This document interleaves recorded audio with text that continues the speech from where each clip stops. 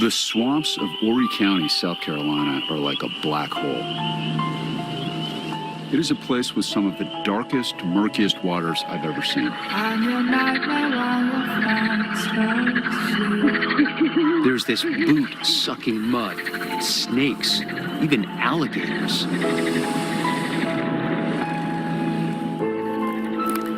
At 4 o'clock in the morning, Peachtree Boat Landing is a dark, desolate place. The only reason you'd go to the Peachtree Boat Landing is to put a boat in the water.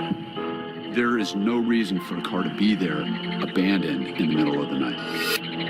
I'm gonna do bad things, do it like it's nothing.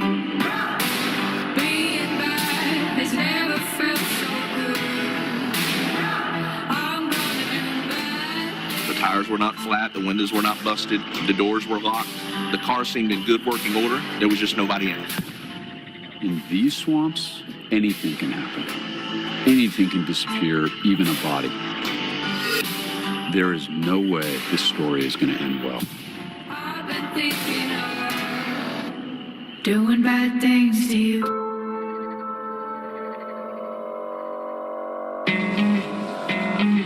Only a few miles from the dark swamps are these pristine beaches and the bustling boardwalks of the South Carolina coast.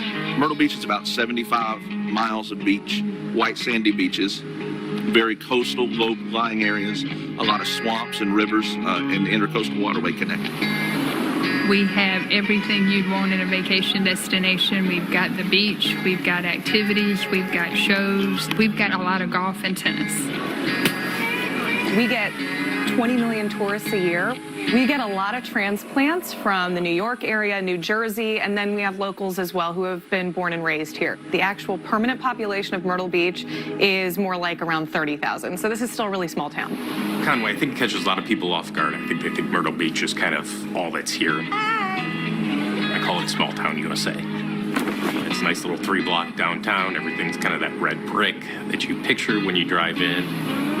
And it's just got a slower feel than Myrtle Beach.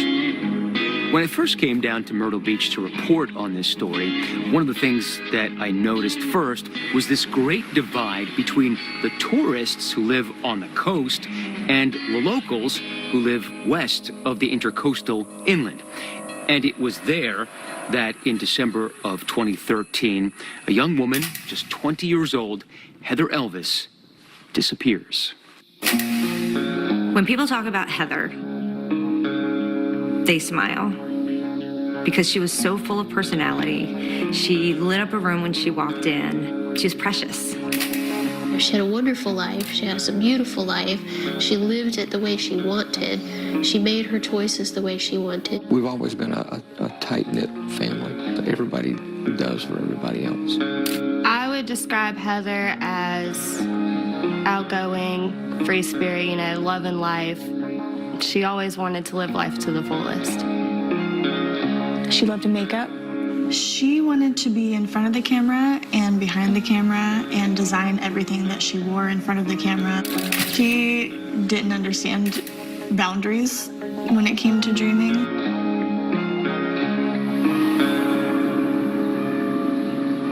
Heather Elvis worked at a restaurant, sports bar here called the Tilted Kilt. Tilted Kilt is an Irish-Scottish version of Hooters. So the girls wear kilts. It's like a sports bar, so they have TVs everywhere. They have a whole bunch of different beers on tap. Heather was a hostess at Tilted Kilt where I was a manager. She was friendly to everybody. She's always smiling. She had a contagious laugh that I would love to hear again.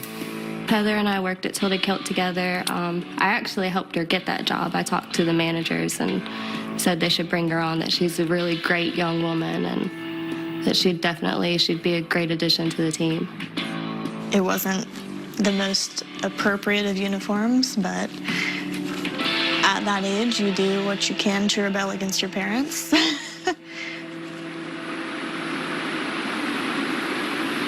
Heather really didn't give a crap what anybody thought about her.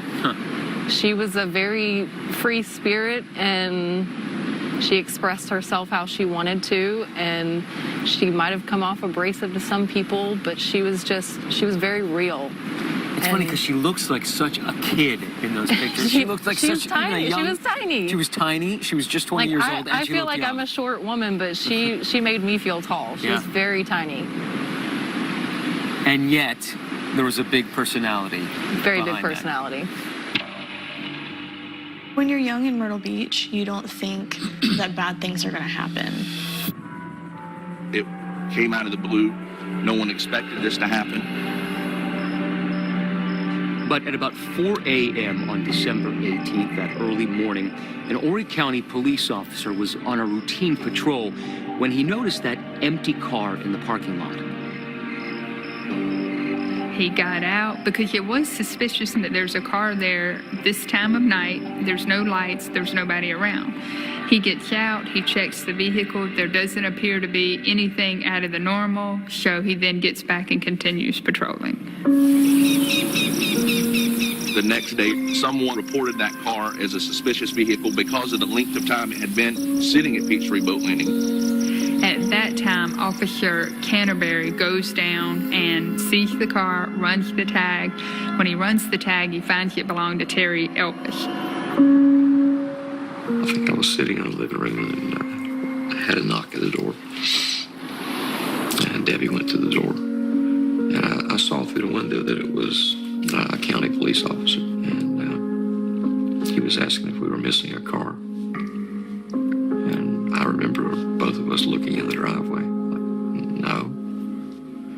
And he says, a green Dodge Intrepid. Oh, yeah, that's Heather's car. And then he goes on to explain that it's been found at Peachtree Landing, apparently abandoned. He asked if I had keys to it, and I said, yeah. He said, let's ride down and take a look. By the time we got there, it was dark. And he pulled in, had his lights on the back of the car, and shined his spotlight on it. He says, that it? I said, yeah. So we got out to go take a look. Mr. Elvis immediately suspected something was wrong. He knew that that was his daughter's only mode of transportation. It had no business being at that landing. She never went to that landing. I was just sitting there twiddling my thumbs and waiting, calling Heather's phone. It was going straight to voicemail, which is way out of character with Heather. I thought the car might have been stolen because of the way it was parked. Maybe somebody took it and left it there. It really didn't hit me. Where's Heather? Until he started looking through things. Clothes, art, shoes, purses, makeup, you name it, was in her car. But they don't find her phone. They don't find her wallet. They don't find a pocketbook. I could see the worry on his face. That's when I got worried. After we looked inside the car, he says, let's look in the trunk. And I think, even though I still thought the car was stolen, I could feel my heart just drop.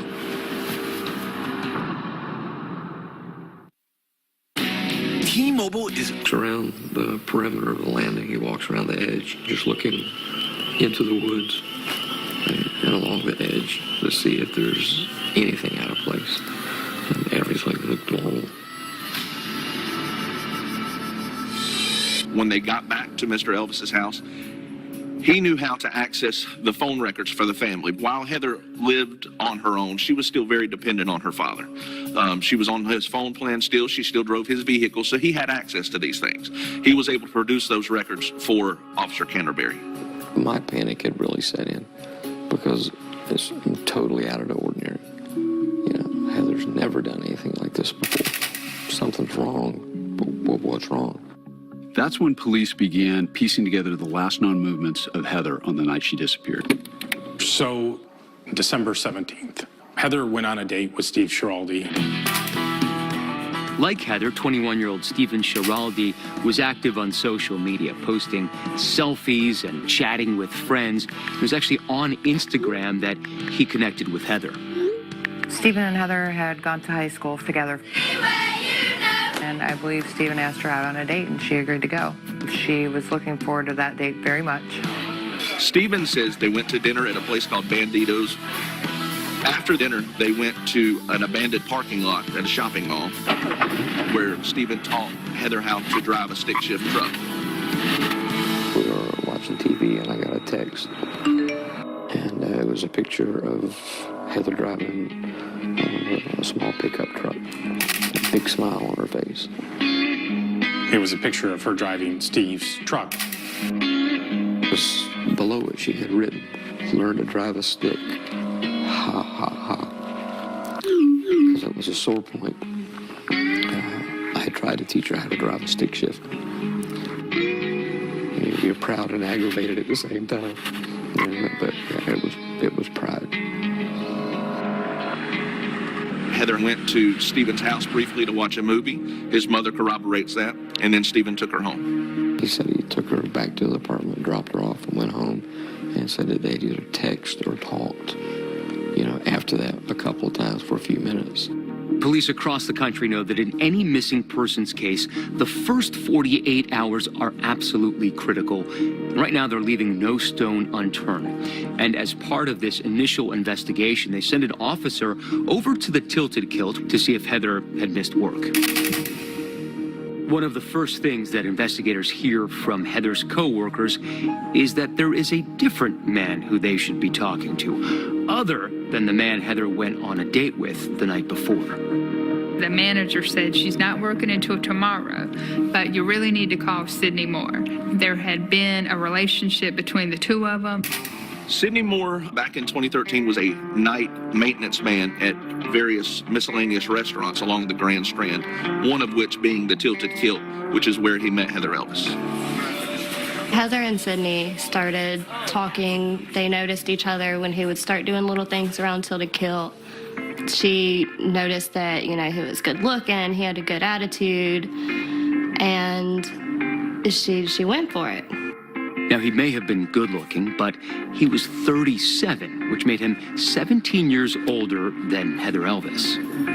Sidney and Heather's relationship was certainly sexual in nature. I think that was a big driving force in that relationship. Sidney and Heather were having sex all the time, anywhere that they could. There were allegations that there was sex in the restaurant nearby during work hours, everything else. That did not make me happy whatsoever. So I did ask her about it. I confronted her about it. What was the actual nature of their relationship? I mean, most people would call it a sexual relationship, but from my opinion of talking to her, they were in love. How long was it before that everybody knew that they were an item? I want to say it was probably like the end of summer, early August maybe. Having known Heather since we were little, it was a little surprising, but Heather was always a risk taker. She was pretty rebellious. She was one of those people, when you told her no, it only wanted to make her do it more. She always wanted what made her happy. So I guess Sidney just made her happy when they were together. And like so many other people Heather's age, she shared her thoughts and her musings on social media, whether she was happy or sad, and she did so pretty frequently. I think for any 20-year-old, there's a strong social media presence and used it for everything, and that's their main form of communication. They're on Twitter, they're on Facebook, and there's not a great filter there. Heather did enjoy social media, and I think that was one place where she could express herself openly and wouldn't be judged for it. There's no telling what would come out of that girl's mouth. She posted a lot of off-the-wall things, at random times of the day. Sidney would sometimes come to bring her coffee and bagels, not to do a job, but literally just to bring her something. Yes. Did you find that charming? It was cute, even though we all thought that it was wrong on so many levels. I knew that she was talking to a boy named Sidney, that he was sweet and she was smitten. had no idea he was married. I'm your nightmare while you're fast asleep. Heather received a phone call, and it was Tammy on the other end, and she said, I know you're with my husband. And revenge is never. When I got involved in this case, they had a son that was around 15, a daughter that was around 13, and another son that was around 10 or 11. Tammy Moore was definitely the more domineering part of that couple. She told Sidney where to work, when to work, what to do. If I would classify Sidney as anything in that relationship, it would be utterly submissive. They both had jobs at night, or they worked at night. They would sleep during the day. They were homeschooling their children. So literally you could live in Myrtle Beach and never even run across these people. Prior to this affair, Sidney did have another previous affair. I think Tammy, being the domineering person she was, always was suspicious of Sidney, especially after the first affair he got caught having. It wasn't a secret to those that worked at the kilt. We all knew about it. The affair between Sidney Moore and Heather Elvis was the worst kept secret in Horry County. By now, Heather's relationship with Sidney had been going on for about 3 months. And there were lots of folks who worked at the Tilted Kilt with her who felt that this relationship had just crossed the line.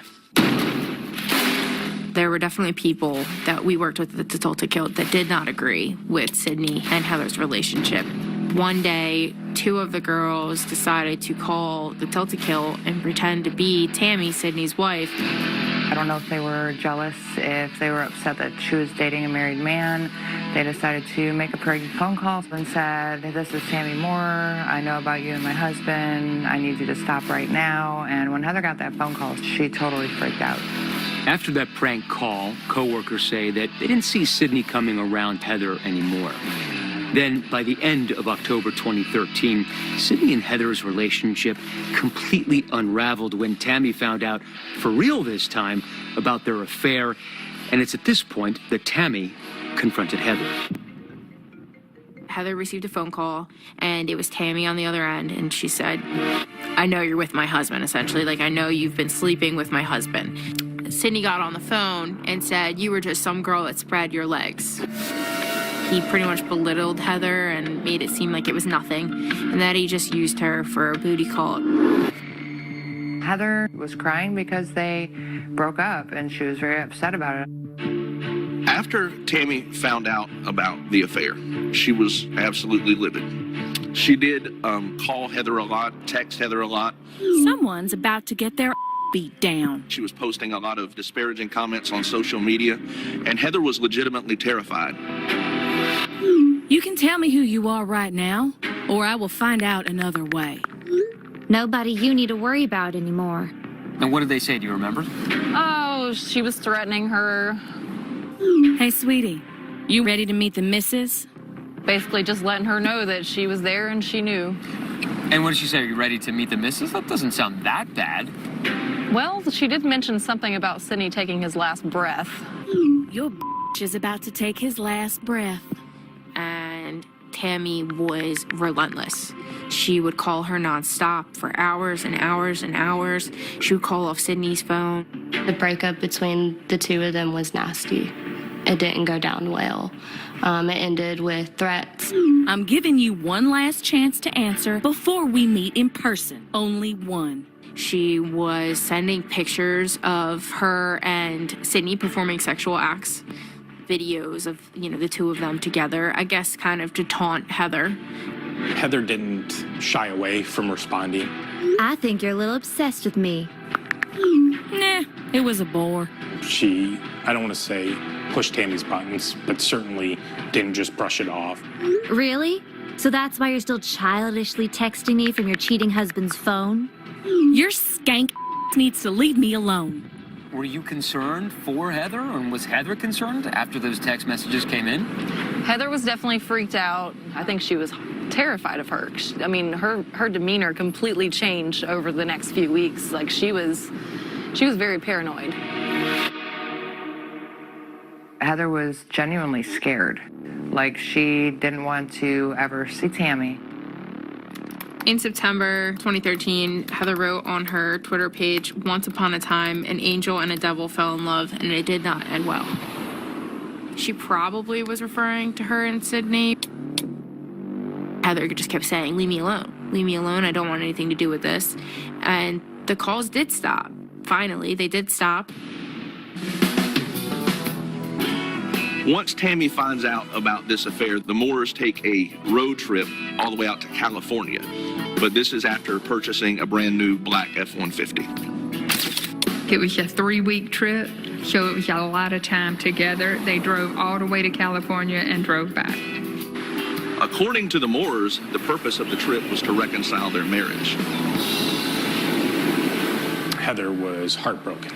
It took a few weeks for Heather to kind of come back around, to become that bubbly type person. Heather started coming back to her normal self, always joking, always laughing, giggling, pulling pranks on people, the Heather that we've always known and loved before October. By the beginning of December, there was no communication between Heather and the Moores. Heather was really looking forward to her future after putting everything to rest with Sidney. By all accounts, Heather had moved on. She was dating again. In fact, on the night she disappeared, she was out on a date with someone new. But now, Heather was gone, and gone without a trace. And police went to the Tilted Kilt, and that's where they were tipped off about Heather's affair with Sidney Moore. So the police immediately go to Sidney's house. They talk with him in December 20th, early morning, I'd say 2 a.m. When's the last either last night or night before, I can't remember. What's your relationship with her? There is no relationship. There was a relationship. I broke it off. So he was trying to give the police this idea of, look, I'm over her, haven't reached out to her, I don't know where she is, I've had zero contact with her. At any point, did you go down around the Peachtree Landing area? No. So there's nothing that's going to show up?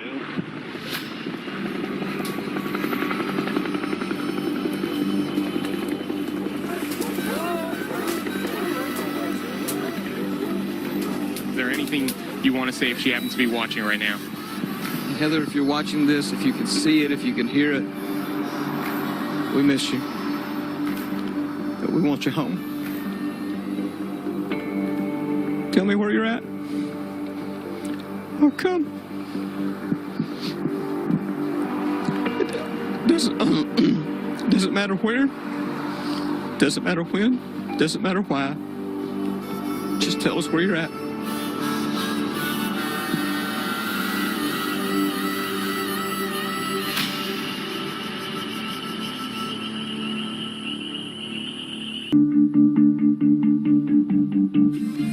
We begin tonight with a developing story in Horry County as a 20-year-old Sockasty woman is missing. I'm Allison Floyd. And I'm Tim McGinnis. Tonight, police are investigating her disappearance. WPDE News Channel 15's Kayla Dorenzo joins us live from Peachtree Landing in Sockasty, where the woman's car was found. And Kayla, what's been going on out there all day? Tim and Allison, according to the Horry County Police Department, Heather Elvis's car was found in this parking lot here at Peachtree Landing on Thursday, but she hasn't been seen in nearly 3 days. And today, crews were out here searching for any signs that may point to exactly where she is.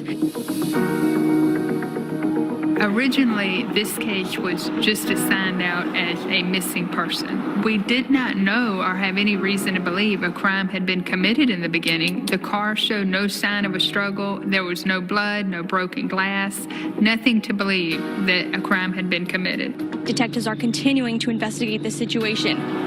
So while crews were searching for any physical trace of Heather at Peachtree Landing, police were combing through her phone records, and almost immediately they noticed an unusual number of calls to an unfamiliar number. They then found out the number belonged to a payphone, and that the payphone had called her phone that very early hour of 1:35 a.m. And then she immediately is calling the payphone back. Heather dials that payphone back 9 times. Not 8, but 9 times. The only reason she could possibly be calling that phone 9 times that she's never heard of before is to get the other person that just talked to her back on the line. They find that the payphone has surveillance video. They pulled the surveillance video. It was very grainy. You see an individual walk to the payphone. He's on the payphone over 5 minutes. Even though they didn't know who it was, they had evidence then that the payphone had been used. They call Sidney Moore back. They bring him into the police station for a more formal interview. Horry County Police begin questioning Sidney about his whereabouts on December 18th, and he tells them that he and his wife Tammy were going around doing errands. And at one point, they stopped at a Walmart. Was that Walmart, actually? In Myrtle Beach. Myrtle Beach Walmart. Yeah. Was your wife with you Yes. that whole time? Yes, she was with me the whole time. They asked him about the payphone call. Had you used any other phones that night? Your wife's phone? No. Did you make any payphone calls? Nope. I still have payphones. Who makes a phone call today from a payphone? Sidney Moore has a cell phone. Tammy Moore has a cell phone. And Tammy Moore used that cell phone to great length to harass and essentially stalk Heather Elvis. They were calling from a payphone to hide the call. There was a phone call made to Heather that night from a payphone at the gas station on 10th Avenue. Okay. But we have video from that. Okay. Did you try calling her just a minute? No. A second? You sure? Maybe. Okay, how about we start again? I did. I called her from the payphone. What did you say? I asked her to please leave me alone. It sounded like a very innocent explanation, but Heather's roommate Brianna tells police a very different account of that phone call.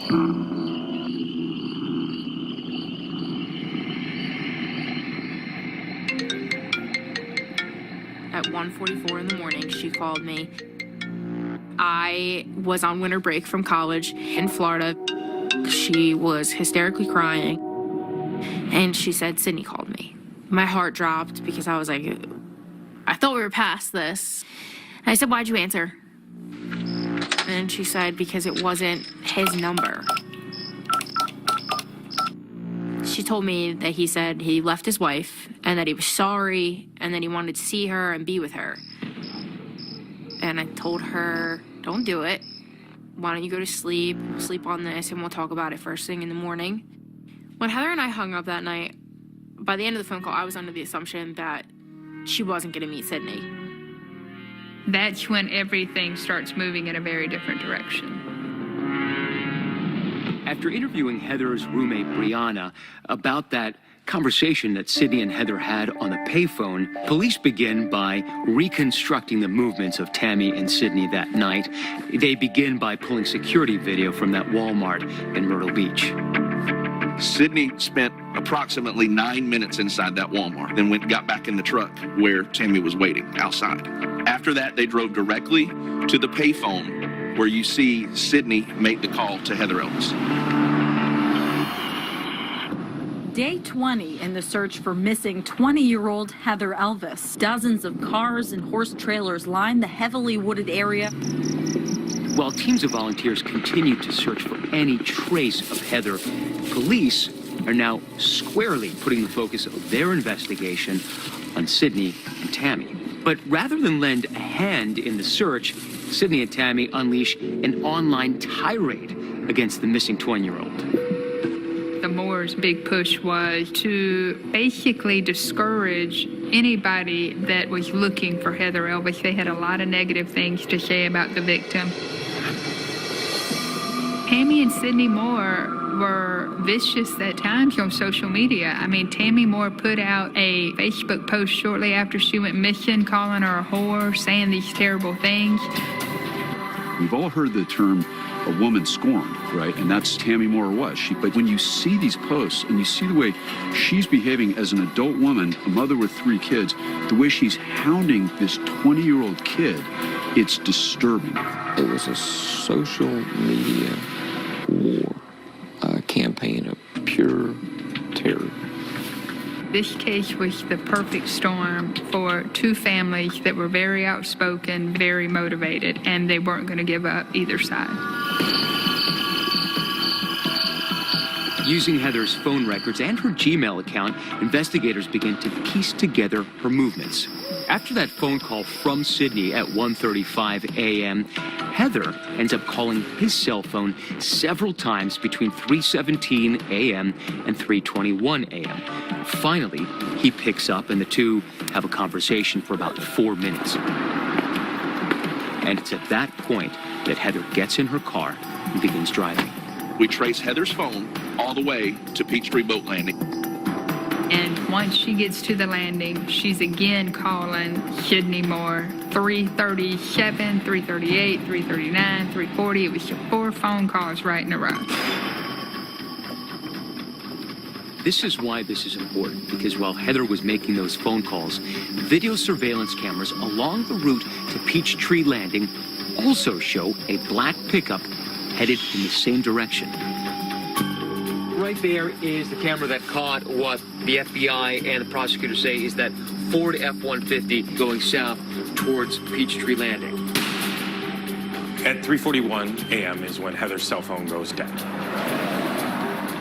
There's nothing else at the end of that road but Peachtree Landing and Heather Elvis.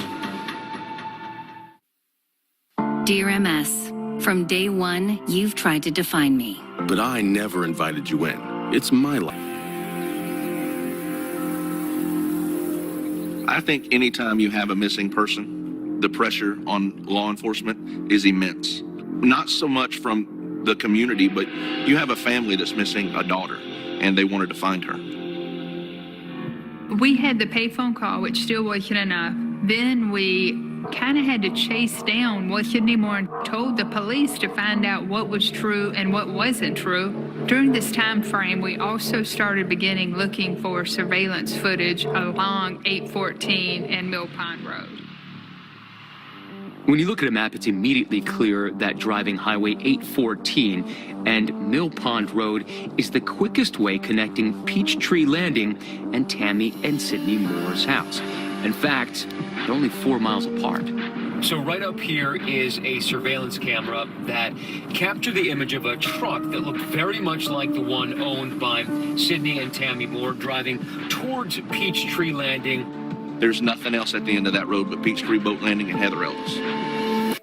Heather's phone dies, and then you see the truck immediately coming back across the same 2 cameras, heading back to the Moore's residence. So assuming that whoever was doing this was roughly driving the speed limit, they only had about 60 seconds at Peachtree Landing to do whatever they were going to do and get back on this road in time to be captured by those surveillance cameras at 3:45 a.m.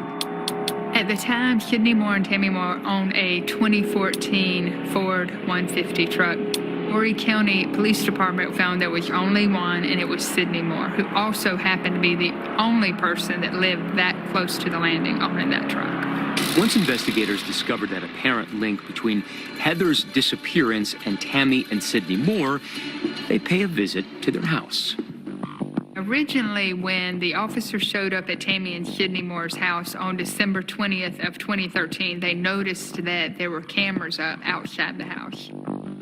The goal after they saw that security system was to get a search warrant. However, once they went back, they found out that the surveillance system in there was a new system and that it had not recorded anything on December 18th of 2013. They had no idea what was on the new system, but they knew that out of an abundance of caution, they needed to seize that system. Investigators also scoured the Moore's black pickup truck looking for clues, and they made an important discovery. It was a brand new F-150, fully loaded, had all the bells and whistles. In this truck was a GPS navigation system. We learned that it was possible to disengage this system, and that's exactly what they did. It's like a camera SIM card. You push down, it'll pop out. When you take it out, warnings will show up all over your vehicle. So it could not have been a mistake. It had only been taken out once, and that was the night she went missing. 2 months later, the police arrested Sidney Moore and Tammy Moore. They told us that morning that they were going to do it. They actually had officers come and sit with us at home to make sure that we were there, we were protected, and we knew what was going on. Sidney Moore and Tammy Moore were the 2 people that were taken into custody earlier this morning. The breakthrough in the case came from a discovery made by Elvis's father. He says after he looked up her cell phone records. That number, the parents telling ABC News, belonged to 38-year-old Sidney Moore. It was a relief to know that something was getting started. We're going to begin with a break in the case of a young woman who simply vanished. 2 people have been taken into custody. Both Sidney and Tammy Moore are being held here at the J. Reuben Long Detention Center. Immediately in this case, the defendants, the victims, everyone went to social media. It was like wildfire. It spread exponentially in a matter of hours. What began as a case dividing 2 families who lived just 5 miles apart quickly consumed the entire town. At this point, it seemed like everyone had an opinion. It seemed the whole town took sides. This was probably the first case where the social media took on a life of its own. I don't think anybody had seen anything like this case. I never experienced anything like it, where there were so many so-called facts that came from somewhere, but did not come from a police investigation. The state asked for and the judge granted them a gag order. The order prohibits all parties, including defendants, prosecutors, and law enforcement agencies, from speaking to the media. And because of the severity of the alleged crime, Tammy and Sidney Moore were denied bail and sent to jail for almost 12 months. We then had another bond hearing in February of 2015. At that time, Judge Dennis decided to allow them to be out on an ankle monitor. It was just a very traumatic time, so we were in a fog. Prosecutors decided to try Sidney and Tammy separately. So Sidney goes on trial first in 2016 for the kidnapping of Heather Elvis. Now, prosecutors are not required to show motive when they try a case, but they do understand that motive often helps juries understand the background and what's really going on. And in this particular case, prosecutors were not going to disappoint that jury. In the weeks before Heather Elvis goes missing, she puts on noticeable weight. A fellow co-worker at the Tilted Kilt, which provides the uniforms to the employees, mentions that her bra size goes up. She went from an A-cup bra to a B-cup bra, then a B to a C. I mean, that's the kind of thing that typically happens when someone is pregnant. Yes, definitely. And remember that errand that Sidney ran at the Walmart the night Heather disappeared? He made 2 purchases, and he paid in cash. The motive was absolutely that Heather was pregnant. I think she was carrying his child, and she wanted to be with him. If she is pregnant with Sidney's child, that changes everything.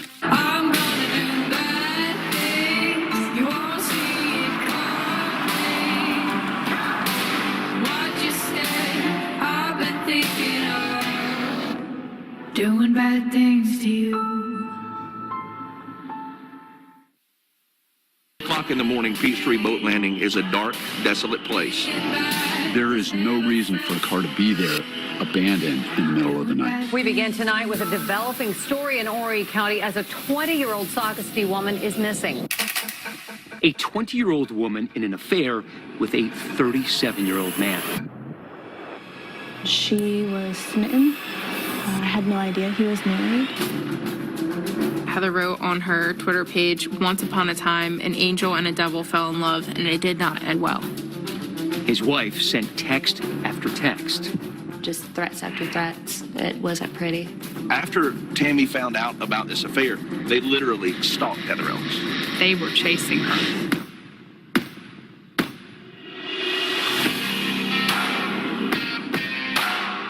We're here because she can't be. Then a second look at images from a security camera. That is when prosecutors dropped a bombshell that nobody saw coming. There was a gasp in the room. I was just like, holy crap, this is it. Why would a defendant defy a court order just hours before she's set to testify? She is so narcissistic, I don't think she could help it. A missing daughter, a love affair, and a dark road that for her only went one way. Doing bad things to you.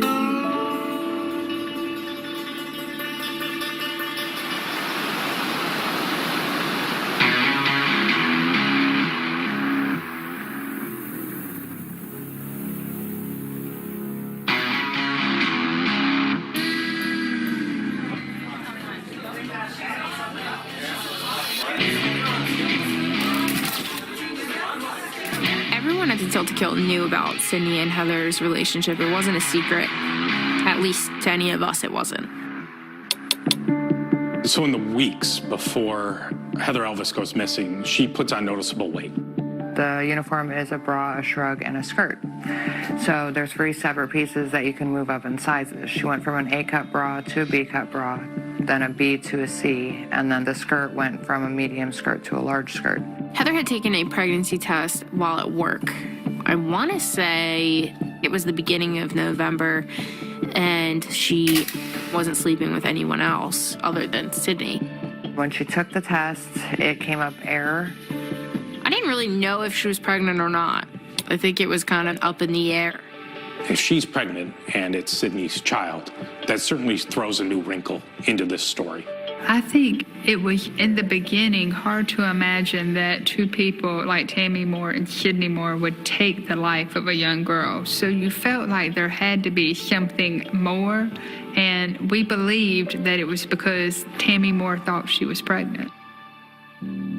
So initially, when the Moores were arrested, they were charged with murder in addition to kidnapping. Kidnapping in South Carolina means to decoy, inveigle, or take another individual. So even the phone call from the payphone that Sidney made to decoy her out was kidnapping. That murder charge was later dropped. I assume, given the lack of physical evidence in this case, no body, no blood, no murder weapon, that it would have been hard to prove for the state. The trial kidnapping Heather Elvis is now underway. I sat in that room and I thought that by the end of the week, if things went the way that we wanted them to, it would be like this release. Thank you, Your Honor. This time the state calls Jessica Cook. One of the first witnesses we actually called to the stand was Jessica Cook. Jessica was one of the managers at the Tilted Kilt where Heather worked. Do you ever notice any changes in her physical appearance? Yes. Remember that video of Sidney at the Walmart the night of Heather's disappearance? Prosecutors think they know why he was there. On that video, it shows Sidney Moore in his truck, F-150, drive into a handicapped parking spot, exit his vehicle, walk into the Walmart. The receipt showed that he had purchased a pregnancy test and a cigarette-type cigarette, and he paid cash. The conjecture is that they're going to take it to Heather and make her take a pregnancy test. I think that if she was pregnant, I think that would be another reason why Tammy would want Heather out of the picture.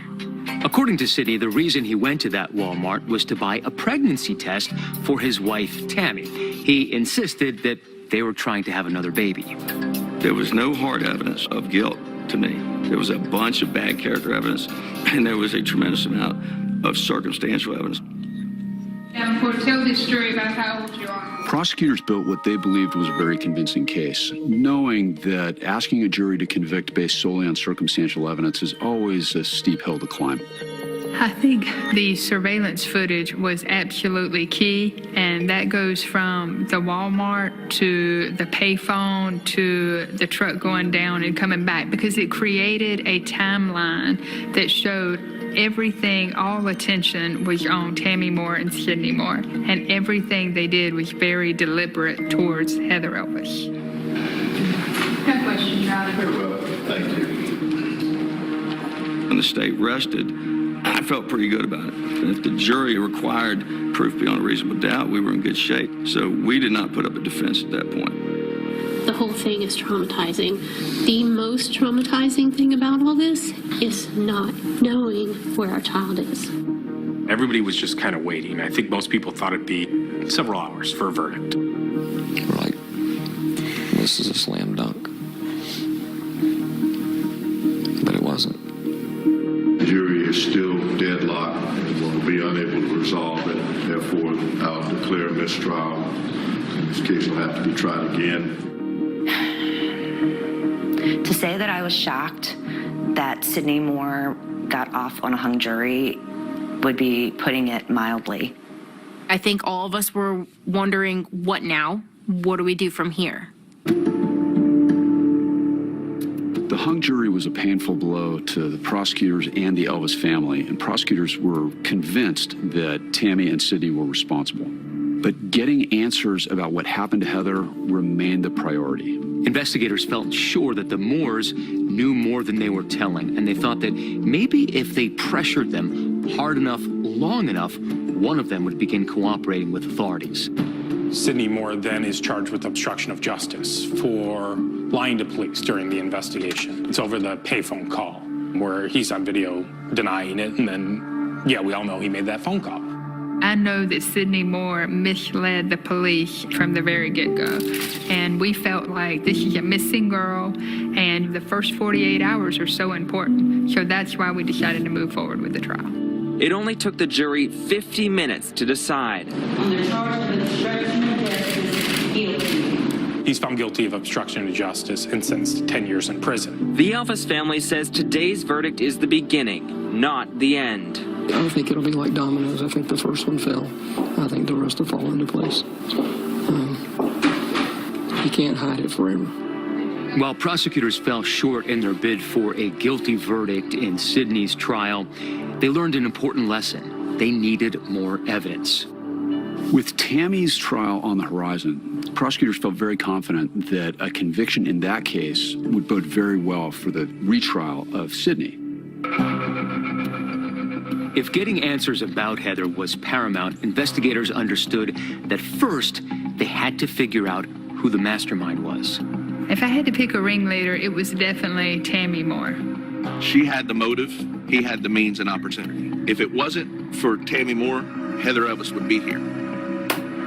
It's not often that a defendant in a felony case sits down to tell their side of the story without an attorney present on the night before they're expected to testify.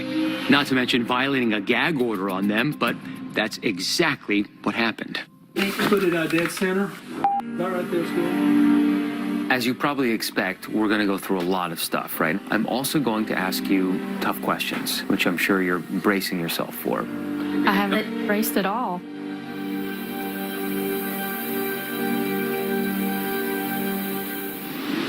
When a family member or friend goes missing, it's like a part of you goes missing with them.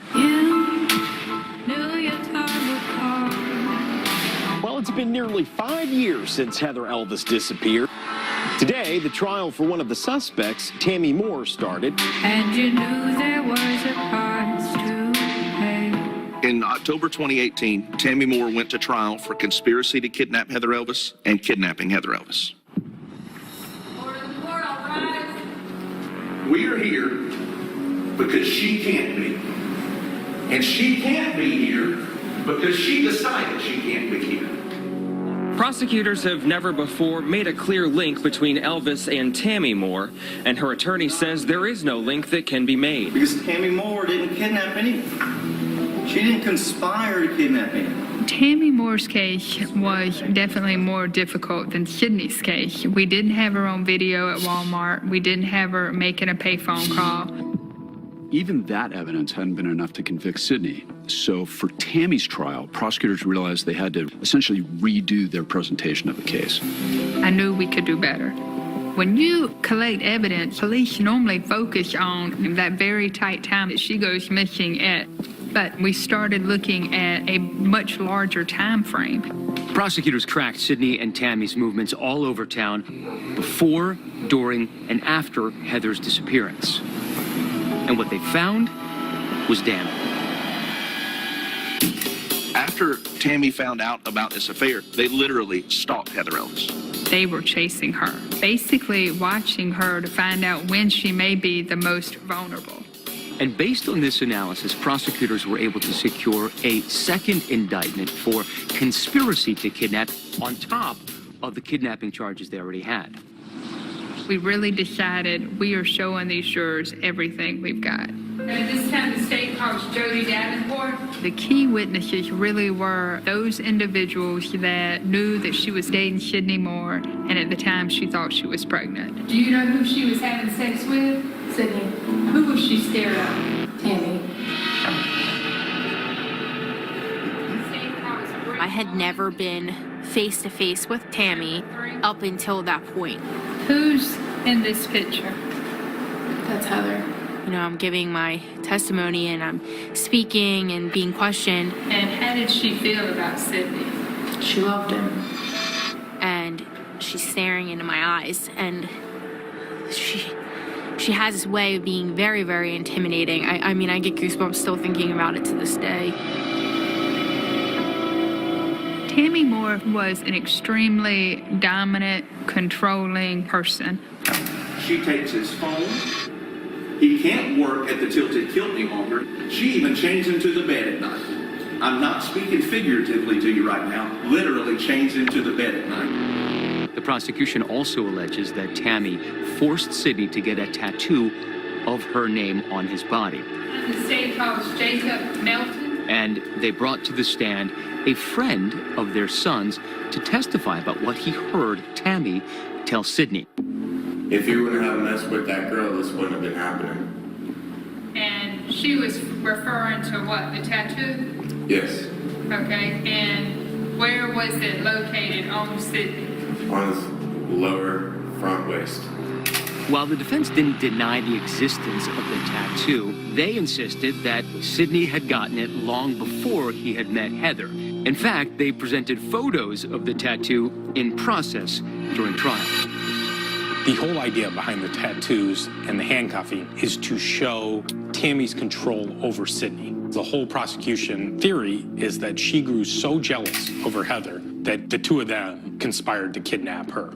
Eventually, Heather and her friends come to the realization she might be pregnant. When this gets out and becomes common knowledge, the fire, the jealousy that is in Tammy Moore explodes into utter rage. This is where the plan starts. This is where the conspiracy is born. But while there seemed to be plenty of motive, what the case lacked was the kind of direct evidence that juries often rely on. Testimony and evidence will show that Tammy and the missing woman were never together. Everything we had was circumstantial.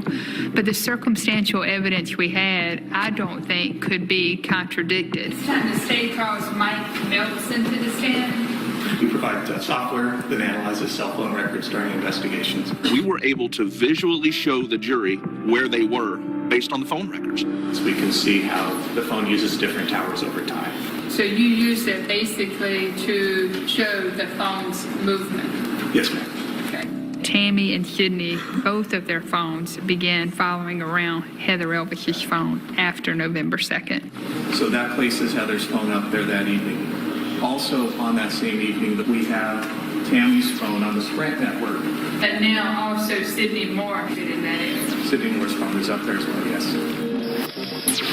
And on the night of December 18th, both Sidney and Tammy's cell phone pinged on the same tower near the payphone, proving they were together that night. And is Tammy and Sidney's phone in the area of this payphone at 1:30? Yes, they are. Immediately after that phone call, she calls her roommate. My exact words were, do not call Sidney back. Don't do anything rash. Go to sleep and we'll talk about it tomorrow. When is the next time that you heard from her? I haven't. In a week like this, it's almost like you're just drowning. So when you have moments like that, you have to reach out and hold on to other people because it's hard. The world kind of swallows you up. When prosecutors presented video surveillance footage showing that Ford F-150 driving back and forth from Peachtree Landing, just before and just after Heather disappears, they were actually able to call a person who teaches forensic video analysis at Quantico. The work that we do includes the help with questions of primarily of identification. He looked at the Morris truck and looked at the video, analyzed all sorts of headlights, testified about different types of trucks and the way their headlights work. Is it your opinion today, after looking at everything you've looked at, that indeed it was the same truck as the known truck, which belonged to Tammy Moore? Yes. When the state rested, they excused the jury. It was pretty clear Tammy wanted to say something. She is so narcissistic, I don't think she could help it. All right, and do you wish to testify in this case? I do not. When she said, yes, I want to testify, there was a gasp in the room. There's no doubt Tammy Moore thought, I can convince this jury that I've done nothing wrong. So help me God. Thank you. Please be seated. There are many reasons for waiting to visit your doctor right now.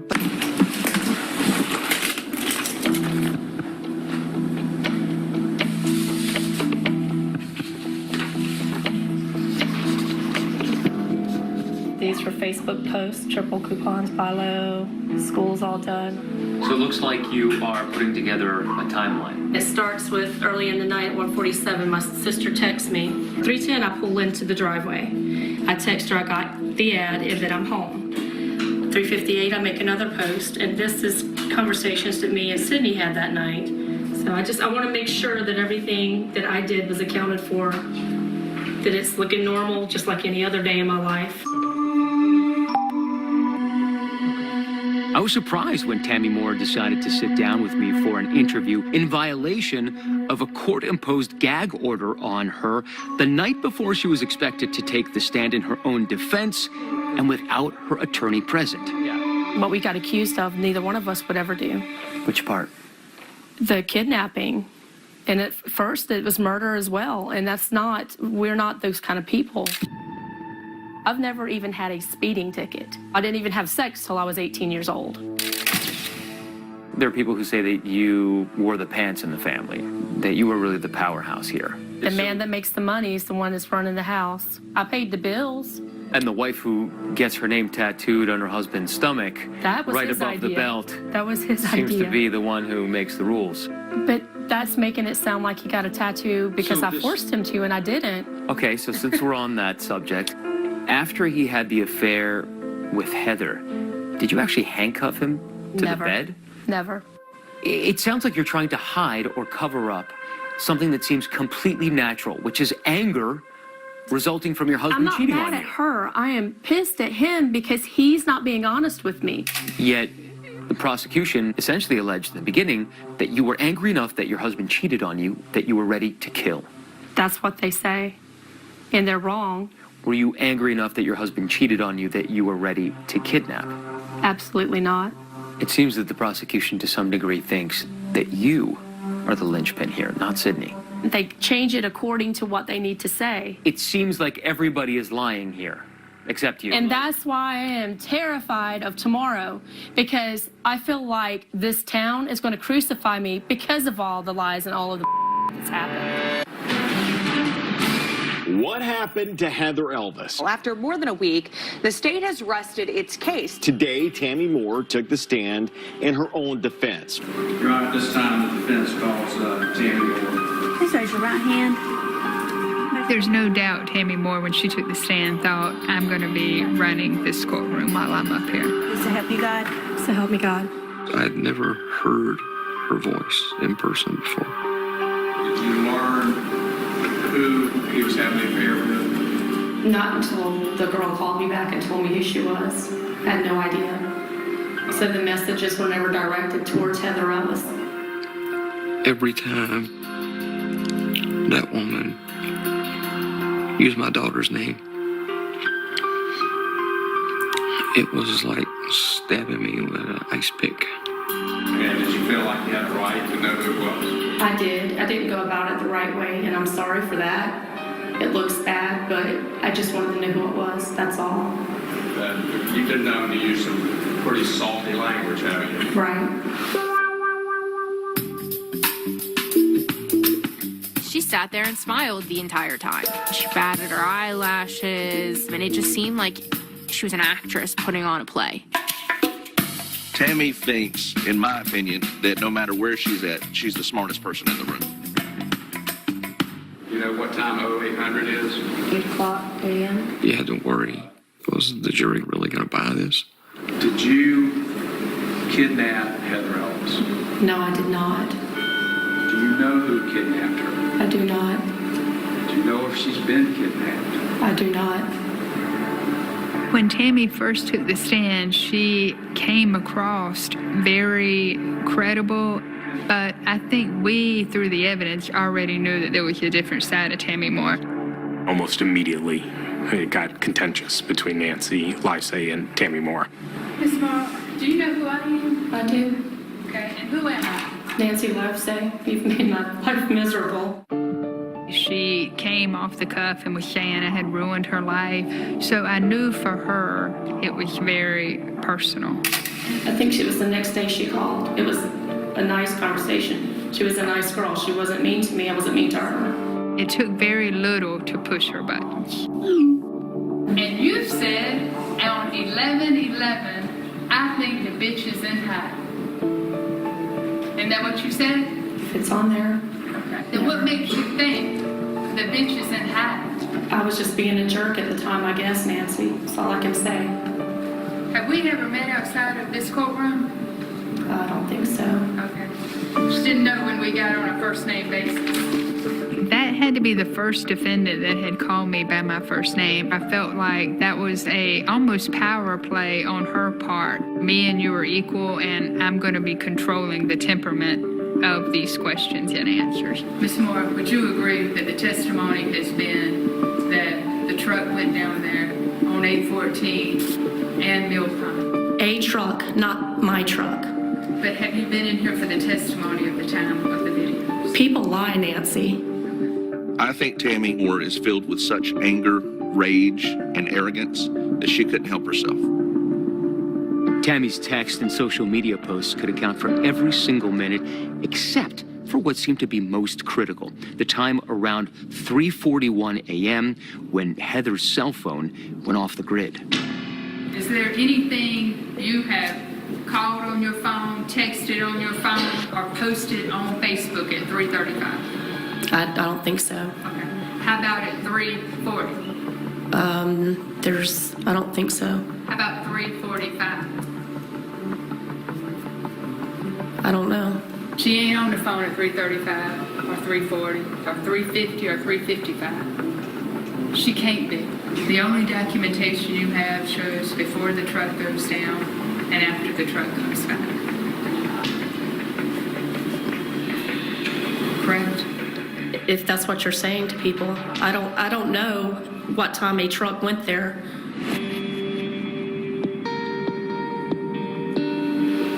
The one person in this room that knows what happened to Heather Elvis already told you from the stand. She said Heather was a nice girl.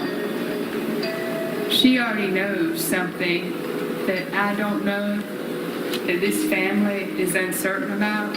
I'm asking the 12 of you to look at the evidence and give this young woman and this family the ending that they deserve. It was such a contentious trial. I didn't know what the jury was going to do. The jury was out a very short amount of time. Prosecutors feel like that's never good for us. Thousands of you watched online for the past 2 weeks as the state laid out its case against Tammy Moore. Today, the jury returned a verdict. I think the moments leading up to the verdict probably took 5 years off my life. I feel like it was very stressful. Deliberations lasted for 4 hours. But when we found out that we had a verdict, anxiety, I was nervous. Ladies and gentlemen, we understand the jury has reached a verdict. Is that correct? Yes, sir. I just closed my eyes and kept them closed. I was almost afraid to open them. We, the jury, find the defendant, Tammy Casey Moore, guilty of conspiracy to kidnap. There you see it, Tammy Moore hugging her family minutes before the judge sentenced her to 30 years in prison. Shortly after, officers escorted her to J. Reuben Log Detention Center. I felt so relieved, but I just felt like it wasn't enough, because the way that Tammy has this smile and this look on her face made me realize that I don't think she will ever say what she did to Heather that night. They've shown no remorse. They won't tell us anything we want to know. It's always somebody else's fault. Even though Tammy Moore's trial is over, the Elvis family have to still go through the trial of Sidney Moore. The retrial there is still pending. So, we've got to wrap our heads around that.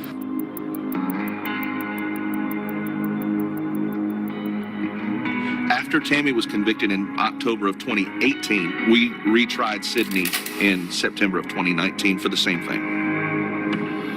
We can't give justice to Heather Elvis by giving an injustice to another citizen like Sidney Moore. We're going to show you that this man right here, Sidney Moore, and his wife Tammy Moore conspired, planned, and executed that plan to kidnap Heather Elvis on December 18th of 2013. You can't abduct somebody, you can't do all the things they're saying they're doing and not leave some trace of physical evidence. I had to make sure the jury understood that circumstantial evidence was just as effective, just as telling as a confession would be. The defense very well may dwell on the fact that this is a circumstantial kind of case. Most cases in criminal law, ladies and gentlemen of this jury, are circumstantial evidence. I think there were a lot of pieces of evidence that pointed to the direction of the Moores, but for me, the defining moment in this case was the testimony of Donald DiMarino. The evidence you're about to give the court in this case will be the truth, the whole truth, and nothing but the truth to help you God. Thank you. Donald DiMarino is Tammy Moore's cousin, and he is a convicted criminal with a rap sheet. But he said back in 2014, Sidney showed him a very disturbing photo. Did he show you anything? Yeah. Tell this jury who that picture was of. Heather Elvis. He told us he had seen a picture of Heather Elvis on the phone. She was clearly not alive, and there was blood on her shirt and scratches on her face. In that picture, did Heather look like she was under her own free will? No. At that time, the judge would not have allowed us to get into the details of the photo because we were only trying them for kidnapping and not murder. Let me ask you this. After seeing that picture of Heather back in 2014, do you expect this family to ever hear from her again? No. Donald DiMarino, frankly, didn't have to testify. He didn't have to tell anybody what he saw. Tammy Moore was his cousin, and the last thing he wanted to do was go against family. Still, it was damaging testimony, despite the fact that he couldn't produce the photograph. The question is, would anybody believe him? And the defense team was going to make sure the jury knew about his criminal past. What have you been convicted of in the past, sir? I have burglary charge and a couple drug charges. The drug is heroin. Yes, sir. Donald DiMarino is a lot of things. He's an addict. You can call him a thief if you want to. One thing he's not is a liar. Prosecutors confirmed there were no deals cut with DiMarino for his testimony, and it's impossible to know whether the jury believed him. And that's when prosecutors dropped the bombshell that nobody saw coming. There was a video presented during Sidney's kidnapping trial that none of us had seen before. Holy crap. This is it. This is the evidence that anybody that still had doubts needed to say, wow, they did this. Testimony is now underway in the retrial of Sidney Moore. Both sides are trying to make their mark on the jury that could close a 6-year investigation. In September 2019, after a hung jury and a conviction for obstruction of justice, Sidney Moore thought that he might have a chance. But prosecutors had some surprises in store. Just raise your right hand, place your left hand on the Bible. You solemnly swear or affirm. Sidney and Tammy Moore had a home surveillance camera system in their house, which they tore out on the 20th and reinstalled a new one on the 21st. Now, remember, Heather disappeared early in the morning of December 18th, and anything that would have appeared on the old surveillance system wasn't there anymore. But investigators confiscated this new system anyway.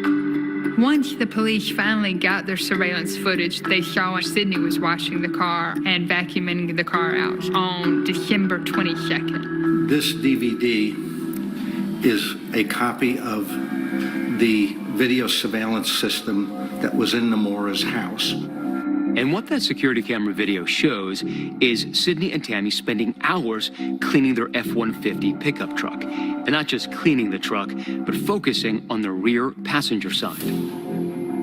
I Originally, we tried to use the video in the first trial and we were denied. The judge felt like, look, a lot of people wash their truck. It's a new truck. That's not going to be enough to get you there. I think that's mere suspicion. Once we went back and looked more at the footage and closer at the footage is when we found, look, there's more to this. About 30 minutes into cleaning the truck, Sidney starts a burn pile over in the side yard and starts burning some of the rags that they're cleaning with, and it continues throughout the whole time they're there. So that kind of pushed it forward, and at that time the judge allowed us to play it and put it into evidence. Okay. Once the rags were burned, could you have gotten any evidentiary value? No, they were destroyed in the burn pile. Like, to me, that just screams guilty. The defense claimed that burning the trash is common in the Moores neighborhood. Honestly, after we saw what was on the tape, we would have never dreamed they would have done that, knowing that that video surveillance camera was there. That was kind of, I felt like, the biggest mistake they had made. That wasn't the only piece of new evidence the prosecutors put forward. Other than Donald DiMarino's testimony, I think one of the big moments of this trial was when Ashley Kaysen took the stand, who is Tammy Moore's sister. Tammy's sister, Ashley, was called by the defense to testify on Tammy's behalf. But who would she play better for, the defense or the prosecution? The prosecutors asked Ashley about video that they claimed showed Tammy looking for police listening devices. You were looking for bugs, weren't you? You and your sister, Tammy, were looking through, to see if the police had left any, I'm assuming, devices. Y'all were looking all through the tree. No, I don't recall. Okay, I can play this video and it can refresh your memory. You want me to refresh your memory? Sure. Okay. I just won't recall it. Okay. You literally could see Tammy Moore with a mirror looking under items in the house and in the yard, trying to find out if the police had put anything there. It looks to me like she's pulling weeds out of her garden. Okay, keep looking. What she did all the time. Keep looking. Okay, does it look like a mirror? I can't tell, to be honest. It's too far away. Either it's too far away or the picture's not good enough. The thing she said, you couldn't reconcile it with the evidence. Still, despite Ashley's testimony, prosecutors argued that Tammy's actions on video were yet another piece of damning evidence against the Moores. Tammy Moore is a woman who's concerned about police surveillance because, number one, she hates losing control, and number two, she knows exactly what she did that night. She knows exactly where poor Heather Elvis is, and she doesn't want to get caught. Any additional witnesses, Mr. Tammy? Your Honor, the state has nothing further. All right. Ladies and gentlemen, this will conclude the evidentiary portion of this process. Even though there may be suspicious behavior, that we simply could not trust the circumstances enough to say that we're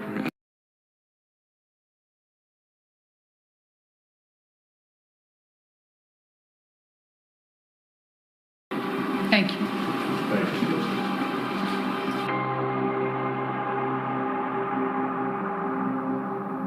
93 days since Heather Elvis could wrap her arms around her father Terry, could kiss her mother Debbie, and tell her little sister Morgan that she loves her.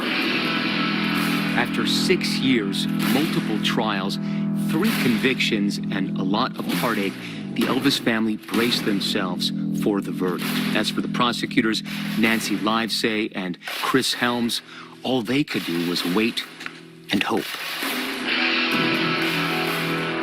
I understand the jury has reached the verdict. Yes. If you would pass the verdict, Mr. Ross. I was, frankly, more confident going into these deliberations than I was during Tammy's trial. I had confidence that these people would do the right thing. I think the mastermind is Tammy Moore, but I don't for 1 minute think that she is any more guilty than Sidney Moore. I think they were equal participants. The verdict came back after 2 hours of deliberation this time, literally half the time they deliberated for Tammy's trial. I've asked Moore, please stand. You may publish the verdict. We, the jury, by unanimous consent, find the defendant, Sidney St. Clair Moore, on the charge of kidnapping, guilty.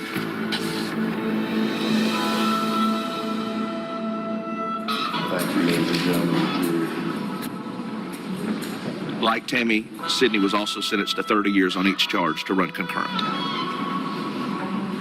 Do I feel he was wrongfully convicted? I mean, I feel the jury got it wrong, not implying necessarily any type of malfeasance or bad acts or anything of that nature, but I feel they did get it wrong. They tried to raise reasonable doubt, and that was their job, to raise reasonable doubt. But they didn't do their job because I wasn't doubting. Were you? No. I know the right people are behind bars. I have no doubt about that. The perfect solution would be to find Heather Elvis alive, but I don't believe that'll ever happen.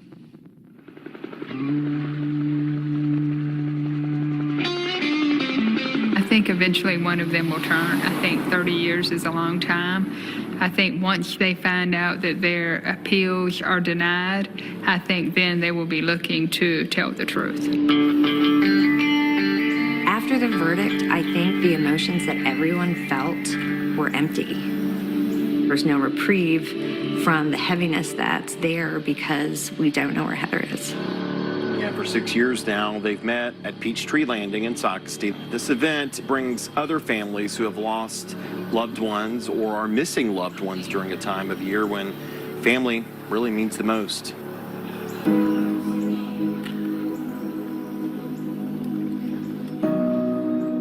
If I could talk to Sidney, I would want to tell him that this has been just a really long nightmare for everybody.